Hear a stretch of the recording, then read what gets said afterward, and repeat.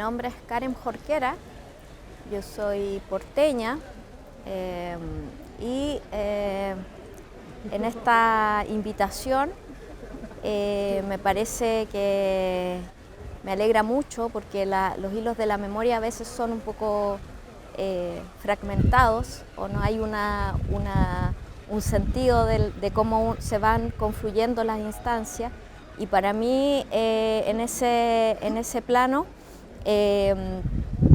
constituye un hecho muy importante porque de alguna forma detona lo que ha constituido tanto mi vida, mi forma de vida y mi construcción en lo social, en lo político y en lo que es la cultura comunitaria, de la cual soy parte y he sido promotora durante más de 25 años. Entonces, para mí la invitación a poder contar un pedacito de la historia que significa que este mural esté aquí y no esté en un basurero o en un lugar donde no haya tenido un destino público, me parece muy importante. En ese momento nosotros cuando entramos encontramos los vestigios. Esto fue en el año 97, encontramos los vestigios porque había sido, en su momento fue inaugurada en 1973, en agosto del 73, y que además fue la última actividad que Salvador Allende inaugura aquí en Valparaíso. Luego en septiembre del 11, el golpe, los militares y marinos se toman este espacio y lo constituyen como parte de sus lugares de abastecimiento y de otras cosas más, sabemos, de tortura, en fin.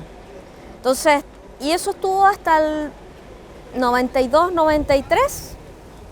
Luego este lugar y este terreno fue enajenado y fue vendido a una corporación privada que raramente o curiosamente estaba constituida por miembros de la Armada.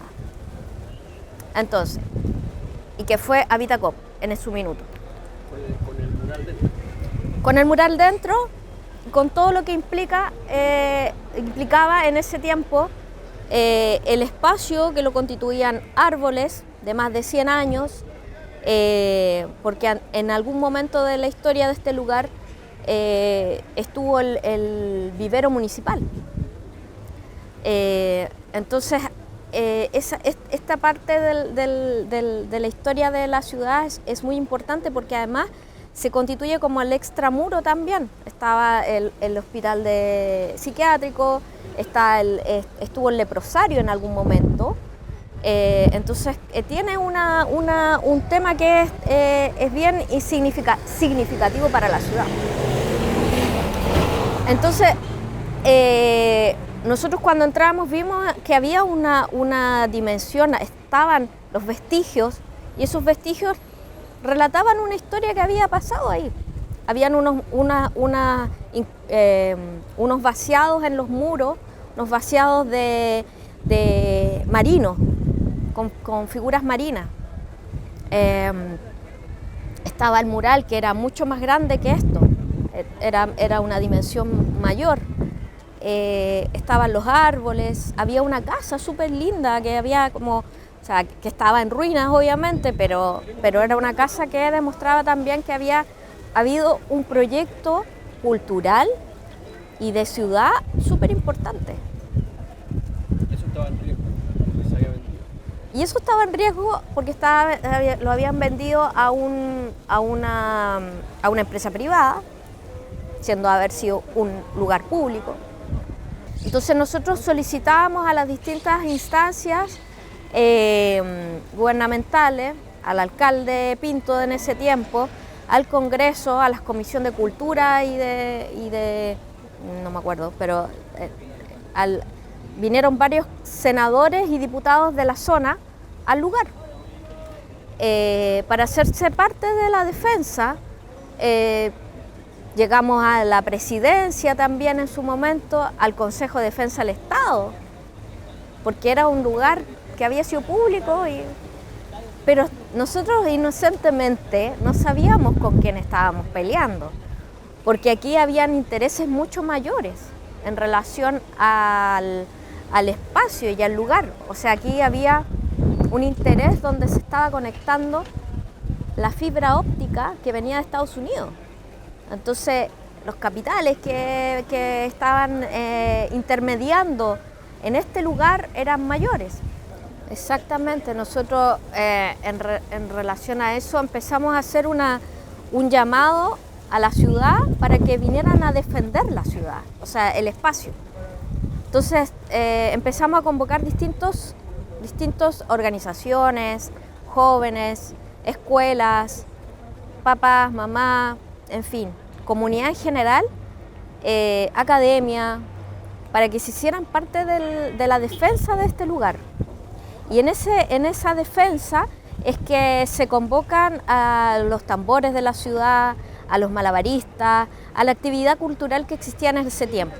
Y ahí es donde nace el Carnaval Mil Tambores, por defensa y ocupación del espacio público, para el arte y la cultura. Eso es como una motivación que hace que el carnaval y la expresión carnavalera y todas las expresiones carnavaleras en ese tiempo se sumen a esta defensa por el espacio público. Y esa instancia es una instancia muy importante para nosotros como organización, porque de alguna manera expresa, y cada vez nosotros como organización conmemoramos cada año el uso, la recuperación y creación del espacio público para el arte y la cultura. Sí, mira, yo creo que la resistencia, nosotros somos personas de acción directa, digamos, en el ámbito. Hemos sido una comunidad que es muy hacedora, y en ese plano pusimos nuestro cuerpo para defender el mural, defender el pehuen brasilero que está ahí, que está actualmente en la Facultad de Arte, que fueron las dos cosas que pudimos salvar del lugar. Y lo hicimos a través de nuestros cuerpos. O sea, cuando entraron las maquinarias a romper todo, nosotros nos pusimos ahí como resistiendo para que eso no ocurriera. Nos fuimos detenidos, hicimos bulla, pero logramos de alguna manera que se detuviera la destrucción y que se negociara con la transnacional para que efectivamente pudieran sacar el mural y ponerlo en otro lugar, porque nosotros creíamos que los poderes podían proteger el patrimonio. Este llamado urgente. Sí, y eso yo creo que nos dio un sentido de que, y un sentido profundo de que la protección pasa por la comunidad, y la comunidad en su uso, en su valorización del lugar, es lo que hace que el patrimonio sea vivo, porque lo demás es pétreo. Mari Marner es la que toma contacto directamente. Nosotros la habíamos contactado previamente para que se pudiera ser parte y pudiese ser parte de la defensa, no tan solo del mural, sino que del espacio. Y finalmente lo que se logra negociar y lo que es la protección del mural. Y a esa altura de la situación solo quedaba que la autora y la creadora se hiciera parte de esa protección de su obra, ¿no? Entonces se transfirió esa responsabilidad a ella y ella negoció directamente con la empresa. O sea, yo para nosotros es como organización es un hito importante de la recuperación del patrimonio de la ciudad, como otros patrimonios que también hemos estado defendiendo y tratando de que no pierdan su carácter, ¿no? Del cómo fueron concebidos. O sea, yo creo que siempre las mujeres en la historia han sido una inspiración para las mujeres, porque y mujeres como ellas que desarrollaron un arte súper raro, ¿no? O sea, porque en el fondo el mural de piedra y la piedra en sí es algo muy específico. Los vitrales, o sea, es un oficio muy, tiene muchas dimensiones de cómo podemos mirar. Wow. Cómo mirar, cómo mirar, cómo mirar el oficio que implica para una mujer de su época desarrollar eso, forjar eso, forjarlo desde el vitral, desde el oficio de lo que es la piedra y todo lo pétreo, digamos, y dejar su huella en eso, digamos, como una artista muy connotada del mundo, pero también súper invisibilizada también, porque siempre en la historia, y la historia del arte también está llena de esas cosas, de esos temas, digamos, las mujeres son invisibilizadas. Yo creo que, bueno, el registro y la memoria siempre son tan importantes.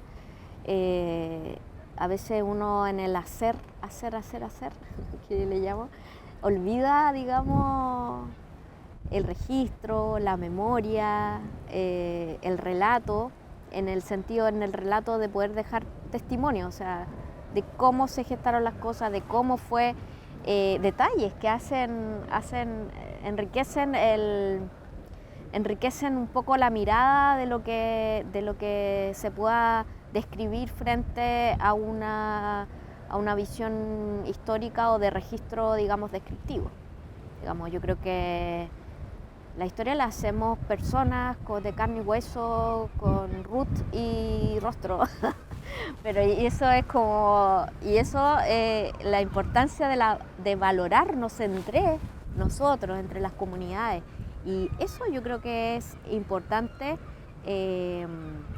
para la memoria social de la ciudad.